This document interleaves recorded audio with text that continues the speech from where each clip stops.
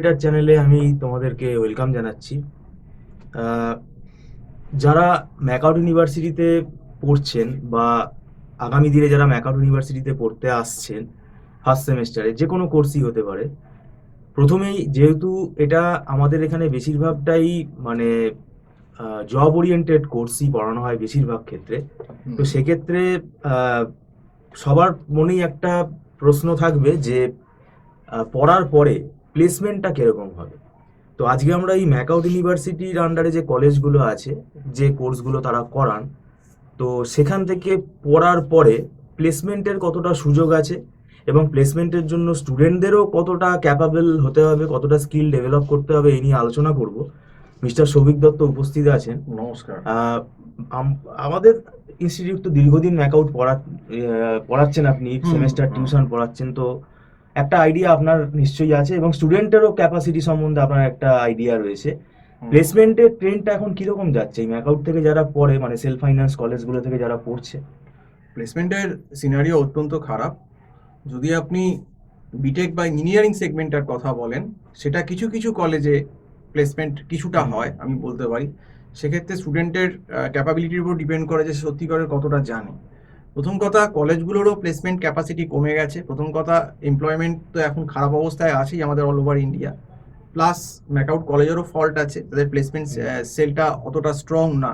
এটা আমি একদম বলতে বাধ্য হচ্ছি, কারণ এটা আমাদের, যেহেতু আমরা স্টুডেন্ট পড়াই, স্টুডেন্টরাই ফিডব্যাক দিচ্ছে। কোর কোম্পানি আসে না, খুব কম আসে, হয়তো খুব কম, তাতে হয়তো দু তিনজন, একজন দুজন তিনজন সুযোগ পায়, কিন্তু প্লেসমেন্ট পুরোপুরি কোনোদিনই হয় না। হয়তো হোল কলেজের ভেতর দেখা যায় 20%, 30% হয়তো প্লেসমেন্ট হচ্ছে, বাকিটা হচ্ছে না।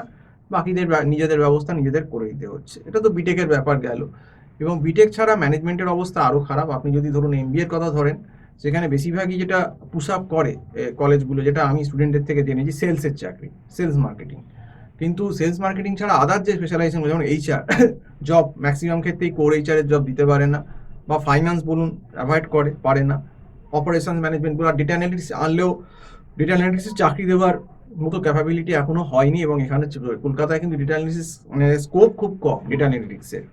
কাজেই যেটা বলার, যে স্টুডেন্টের অবস্থা, এটা তো গেলো ম্যাকআউটের ব্যাপার বললাম, এবং স্টুডেন্টের অবস্থা খুব খারাপ। কারণ আমরা যে সময় 2005-06 মানে 7-8 আমরা যখন স্টুডেন্ট পড়ানো স্টার্ট করি, তখন ম্যাকআউটের স্টুডেন্ট কোয়ালিটি বা লেভেল অনেক ভালো ছিল। মানে ম্যাকআউটে মোটামুটি একটা জাঙ্ক, ভালো, বেশ অ্যারিস্টোক্রেট এবং ভালো মাথা, মানে মোটামুটি অ্যাভারেজ স্ট্যান্ডার্ডটা বেশ ভালো, এরকম স্টুডেন্ট কিন্তু পড়তে আসতো। সিইউ থেকে আসতো, বর্ধমান থেকে আসতো, কল্যাণী থেকে আসতো, যাদের ফিজিক্স, কেমিস্ট্রি, ম্যাথ অনার্স আছে, সিরিয়াস, বা ভালো ভালো জায়গা থেকে আসতো, এবং তাদেরকে পড়িয়ে সত্যি আমরা একটু মজা পেতাম, কারণ তারা নিজেরাও সিরিয়াস, কিন্তু সারাদিন ব্যাপারটাকে ভাবতো, পড়াটাকে একদম সেই মানে একদম প্রাইমারি ব্যাপারটা নিত। এখন যেমন পড়াটা কিন্তু দেখবেন ম্যাক্সিমাম, হয়তো এক দুজন এক্সেপশনাল হতে পারে ম্যাকআউটের, কিন্তু বেশিরভাগ স্টুডেন্টের ক্ষেত্রেই দেখবেন পড়াটা এখন সেকেন্ডারি হয়ে গেছে। পড়াটা কিন্তু এখন প্রাইমারি অবজেক্টিভ তাদের নয়। তো সেক্ষেত্রে পড়া যখন আর একটা জিনিস খুব একটা বাল- মানে কি বলবো, এটা অভ্যাস খারাপ হচ্ছে, সবকিছু এআই করে দেবে, এআই দিয়ে হয়ে যাবে। হ্যাঁ, এআই দিয়ে হয়ে যাবে, এটা একটা তো অভ্যেস খারাপ আছেই। তার সঙ্গে হচ্ছে এদের মানে পড়ার যে মানে ইচ্ছাটা, সেটা কিন্তু অনেক স্টুডেন্টেরই এখন এই ইন্টারনেট বলুন, মল বলুন, বিভিন্ন ধরনের যে বাহ্যিক যে আকর্ষণগুলো এখন আমাদের এসে গেছে, ফিস্ট, সেই দিকে খাওয়ার ফিস একটা খাওয়া, তো ফিস্ট। এগুলো চলে গেছে। আগে কিন্তু এইসব, আমরা যখন 2006-07 পড়ি, তখন তো এত স্মার্টফোনের জমানা আসেনি। তো তখন কিন্তু ব্যাপারটা অনেক ছিল। তারা কিন্তু সেই গুরুগৃহের মতো সে আসতো, সারাদিন থাকতো, পড়তো, রেগুলার করতো। এটা একটা প্র্যাকটিসের মধ্যে ছিল, যেটা আমাদের করতেই হবে।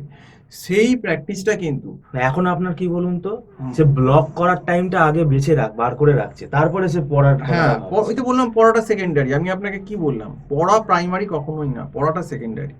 এটা হচ্ছে একটা ম্যাকআউটের স্টুডেন্টের মেন ব্যাপার। হয়তো সব স্টুডেন্ট না, আমি তা কিন্তু বেশিরভাগ স্টুডেন্টই এরকম। আর ক্যালকাটা ইউনিভার্সিটির স্টুডেন্টরা জানে কি, যে আমি যদি সেখানে পড়াশুনো না করি, আমার পাস করারই কোনো মানে সম্ভাবনা নেই, সেটা জেনে ভয় সে করবে। চাকরি তো কিন্তু দূরের কথা। দূরের কথা, তো ম্যাকআউটের ব্যাপারটা কি, ম্যাকআউটের যেহেতু মার্কসটা একটু লিনিয়েন্ট, প্লাস সিএফি এর নম্বর, টুকটাক হয়তো চান্স নিয়ে সে কোনোভাবে হয়তো পাস করলো। সাপ্লি ম্যাকআউটেও অনেক হচ্ছে, এটা সত্যি কথা। কিন্তু comparatively to other university, Calcutta university বলুন, বার্ডওয়ান বলুন, কল্যাণী বলুন, এই সমস্ত জায়গার থেকে ম্যাকআউট যেহেতু লিলিয়েন্ট এবং এই সি এর মার্কসগুলো পেয়ে যাচ্ছে, সেহেতু ক্যান্ডিডেট দেখছে আমি তো এইভাবে পাস করে যাচ্ছি, পরীক্ষার 15-20 দিন 1 মাস আগে একটু টনক নড়লো পড়লো, কিন্তু এতে তাদের কোনো ইনডেপথ নলেজ হয় না। এবং সেটাও একটা কারণ, যখন সত্যিকারের ক্যাম্পাসে কোনো ভালো কোম্পানি আসে তখন কিন্তু কোম্পানি কিন্তু সেই যোগ্য রাইট ক্যান্ডিডেটও পায় না যাকে নেবে। এটাও একটা ফেলিওরের কারণ প্লেসমেন্টে। শুধুমাত্র কলেজকেও দোষ দিয়ে লাভ নেই, ইউনিভার্সিটিকে দোষ দিয়েও লাভ নেই। আমি তো বললাম হ্যাঁ ডেফিনেটলি কলেজ, ম্যাকআউটের অনেক কলেজই হয়তো সেরকম কোম্পানি মানে ক্যাম্পাসে আনতে পারছে না, কিন্তু ম্যাকআউটের কিন্তু স্টুডেন্ট রেপুটেশনও ভালো না বর্তমানে যে অবস্থা আমি যা দেখছি। মানে আপনাকে যদি বলি একটা স্যাম্পলিং, ধরুন হুম 50টা স্টুডেন্টকে আমি বসালাম এমবিএ বসালাম। ইন্টারভিউতে, হ্যাঁ। কজন সিলেক্ট হওয়ার মতো যোগ্যতা রাখে? 4-5 জন হবে, সেটা তো খুবই ম্যাক্সিমাম কম খুবই রেশিও। কম রেশিও, বললাম তো 4-5 জন হবে। তো এটাই হচ্ছে প্রবলেম। প্রবলেমটা এইখানে, মানে এই অসুখটা একটা খুব বড় ধরনের অসুখ যেটা লেগে গেছে। আমি আপনাকে বলছি যে আমি করবো না, কিছু করবো না, কিন্তু আমার চাকরি চাই, ভালো প্যাকেজ চাই। তো দুটো তো কখনো একসঙ্গে হবে না, যে তুমি পড়াশোনা করবেও না অথচ তোমার ভালো এবং জব হবে, বাইরেও চাকরি কিন্তু হবে।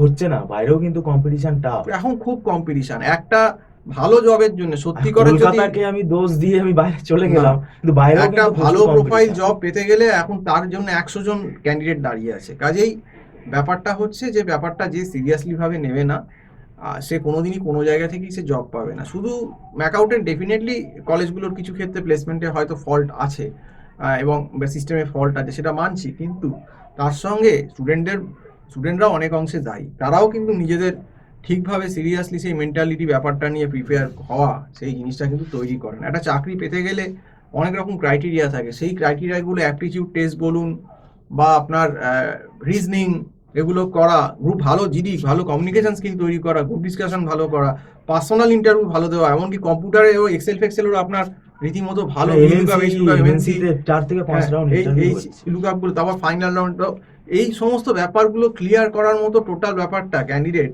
সেই সংখ্যাটা কিন্তু খুব কম। এইটাই আপনাকে তো হচ্ছে। বলেছি আমাদের এই ইনস্টিটিউটের স্টুডেন্ট অর্ক, হুম এই অর্কদেব পাল হুম এমসিএ ম্যাকআউট থেকে পাস করে হুম মিডিওকার স্টুডেন্ট, হুম জেনপ্যাক্টে ফার্স্ট অ্যাটেম্পটেই জব পেয়ে গেল, হ্যাঁ, এবং এটাই ডেভঅপস কথা। এর উপরে কাজ হচ্ছে। এটা একটা খুব লেটেস্ট টেকনোলজি। এটাই তো বললাম। দেখুন, আপনার কোনো কলেজই তৈরি করবে না একমাত্র কিন্তু অফ ক্যাম্পাস অফ ক্যাম্পাস, একমাত্র এলিভেটর এডুকেশনই কিন্তু স্টুডেন্ট হাতে গড়ে তৈরি করে, তাদের কেরিয়ার তৈরি করে। কলেজে আজকে সেমিস্টারে ম্যাকআউটের কলেজকে স্টুডেন্ট লাখ লাখ টাকা দিচ্ছে, কিন্তু স্টুডেন্টের কেরিয়ার কি তারা তৈরি করছে? স্টুডেন্টের কিন্তু বেশিরভাগ ক্ষেত্রেই, সব কলেজ বলবো না, কিন্তু বেশিরভাগ ক্ষেত্রেই স্টুডেন্ট কিন্তু শিখছে না। সেই শেখাটা কিন্তু আমি আর চন্দনবাবু দুজনে মিলে, আমরা কিন্তু, আপনি আইটিতে, আমি ম্যানেজমেন্টে শেখাচ্ছি।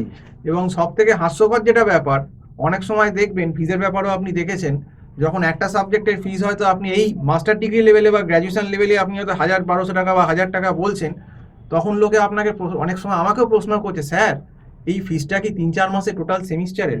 মানে ফিজটাকে তারা 250-300 টাকা পার সাবজেক্ট নেওয়ার চেষ্টা করছে। মানে 250-300 টাকা আমরা না, কোন সালে এখন পড়েছি? 1998, 97, 99 সালে আমরা, আমাদের স্যারেরা 300 টাকা আমাদের নিতেন, যে 95। ইনস্টিটিউট, এটা তো একটা ইনস্টিটিউট না, আমাদেরটা বলতে গেলে অনামী ইনস্টিটিউট, কিন্তু হ্যাঁ। আজকে ইউটিউব খুললে, মানে সোশ্যাল মিডিয়া খুললে, যেসব বড় বড় বিগ জায়ান্ট ইনস্টিটিউট Giants আছে, তারা কি বিনা পয়সায় পড়াচ্ছে? না, তাদের কেউ ফিসগুলো পড়াচ্ছে তো না। আরো হাই। এবং সব থেকে হাসির কথা দেখুন, যে এত লাখ লাখ টাকা দিয়েও কিন্তু কলেজ ফেলিওর। পার সেমিস্টার কেউ 1 লাখ টাকা নিচ্ছে, কেউ 1.5 লাখ টাকা নিচ্ছে, এরকম ফিজও কেউ নিচ্ছে। 4 মাসে 1.5 লাখ টাকা নেওয়ার পরেও কলেজে যখন কিছুই শেখাচ্ছে না, তখন যখন আমাদের কাছে আসছে, তখন যদি আমরা পার সাবজেক্ট ধরুন 1,000-1,200 টাকা চাইছে, তখন নাকি বলছে যে আপনাদের যা ফিস, সেটা নাকি সাধারণ মধ্যবিত্তর নাকি দেওয়া সম্ভব না। অথচ আপনি জানলে অবাক হয়ে যাবেন যে একটা সাধারণ, এখন আইসিএসসি বোর্ডে, সিবিএসসি বোর্ডে এই ক্লাস 10-এর টিচারই সপ্তাহে একদিন ক্লাস করালে সায়েন্স সাবজেক্টে 1,500 টাকা চার্জ করে। হিসেব অনুযায়ী তাদের থেকেও আমাদের ফিস, ক্লাস 10-এর থেকেও আমাদের ফিস আমরা লো বলছি, তাতেও এই কথা বলছেন। আসল কথা হচ্ছে, দেখুন আমি বেশিরভাগ ক্ষেত্রেই দেখেছি যারা পড়ার, তাদের যাদের যদি একটা মোটামুটি স্ট্যান্ডার্ড রেট বলেন, তারা কিন্তু পড়বেই। আর এই বেশিরভাগই গাওনাগুলো দেখবেন, এই যে স্টুডেন্টরা বলে, তারা কিন্তু দেখবেন শপিং মল, এইসব জায়গায় কিন্তু 2-3 হাজার টাকা এমনি বার করে দিচ্ছে, কিন্তু যেই আপনার টিচারকে দেওয়ার কথা বা তৈরি হওয়ার কথা, তখনই তার পকেট থেকে পয়সা বেরোয় যায়। এবার আরেকটা আপনাকে তো আমি বলে এইটা রাখি, দেখো, যে ভালো শিখতে গেলে তোমাকে পয়সা খরচা করতেই হবে, কারণ তোমাকে তো কলেজ কিছু শেখাচ্ছে না। কলেজে তোমার লাখ লাখ টাকা ইনভেস্টমেন্ট মানে ওয়েস্ট। কাজেই এইভাবেই ছেলেমেয়েরা তৈরি হতে পারছে না, যখন ক্যাম্পাসিংয়ে যাচ্ছে না, কলেজ তাদের ভালো শেখাচ্ছে না, সেরকম ফেসিলিটি পাচ্ছে।